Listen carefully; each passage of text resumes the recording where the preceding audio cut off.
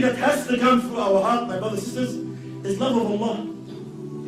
Allah subhanahu wa ta'ala is not to be worshipped only out of fear, only out of understanding, His glory subhanahu wa ta'ala. No. Also out of love. Do we love Allah?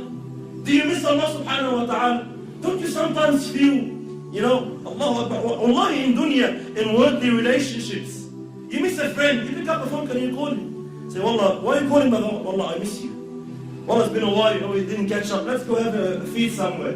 SubhanAllah, we always have these feelings with human beings.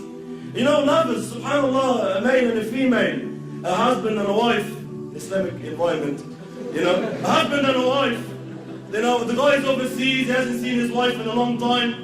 He picks up the phone and, with no exaggeration, he is really enjoying the phone call. He doesn't want the time to end, theoretically speaking.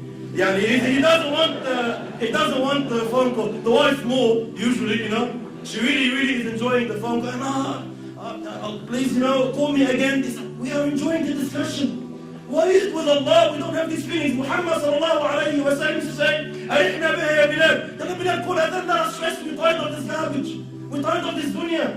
Buying, selling, market, wife, kids, husband, all this in trouble. Rasulullah wanted to be with Allah. He missed Allah. He loved Allah subhanahu wa ta'ala. The Sahaba learned from him. They said this on sallallahu alayhi wa sallam. This boy Abdullah ibn Amr radiallahu ta'ala anhu, a young man, like many of the youth here, mashallah. A young man, in narrations, the difference between Abdullah ibn Amr's age and his father Amr ibn al-As was around 11 years. I know it sounds weird, but this was the tradition then. So Amr ibn al-As, his father, had his son when he was 11 years old. Abdullah ibn Amr. So they were like father and son, but there was only like an 11-year gap between them. So very, very, very close to one another. So Abdullah ibn Amr radiallahu anhu was a abid. He was a worshipper of Allah. No mucking around, no joking, fasting every day, tahajjud every night, all night. Fasting in the morning, Allahu Akbar. Dhikr of Allah, ibadah, da'wah, ilm, name it. He was one of these youth that dedicated themselves to Allah to the extent that his father had to force him to marry.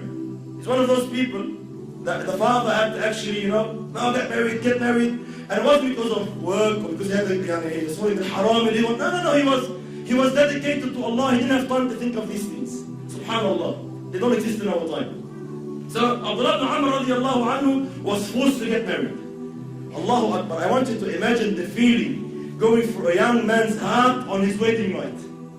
What do you think of? Our youth are smiling, I know.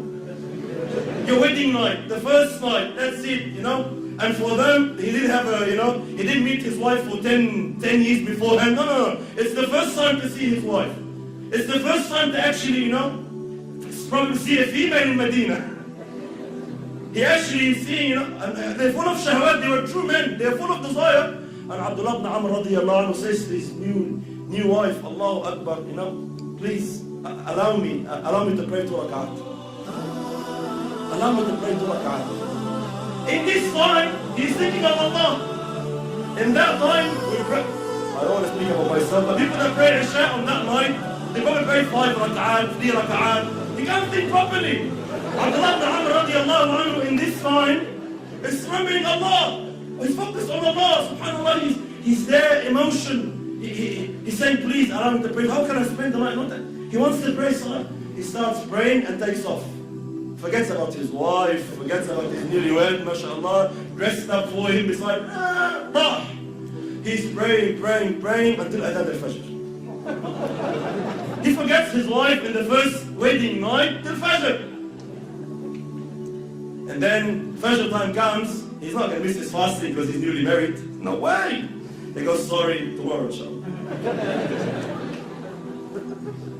Next day, same thing. Allow me to pray 2 rak'at.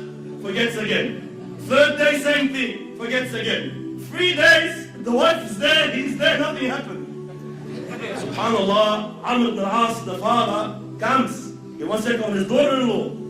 He goes, mashallah, how's my son? Give Abdullah my. She goes, wallahi, ni'ma الزوج. What a man you've brought up, Allahu Akbar. لم يفتش لنا كنفا ولم يطأ لنا فراشا. I don't know, I'm still in bed waiting, nothing happened. So Abdullah ibn Amr ibn al-As grabs grabs his son from his, he grabs it from his abaya and takes him to Muhammad and says, deal with this guy, I can't deal with him anymore. So Muhammad says to him, no, you fast one day on, one day off, you don't pray tahajjud all night, a portion of the night you pray, a portion you sleep, your family has a right, your wife has a right, deen has a right. He gives him the balance. But look at them, forget about the story. The man forgot his wife because of salat. Have you ever forgot anything because of salat? Anything. Anything in your life. Did you forget anything in your life because of salat? We forget salat, yes. I mean salat, I don't know, ruku, sujood, 1 rak'ah, 2 rak'ah, yes. But did you ever forget something because of salat? Very, very rare. So my brothers and sisters, it's all about this love. If I love Allah, it's an opportunity. Allah is speaking to me. I'm talking to Allah subhanahu wa ta'ala. Take it, grasp it. How much time is left? Huh? No, Allahu Akbar. So subhanallah, it's these feelings, they have to go through your heart.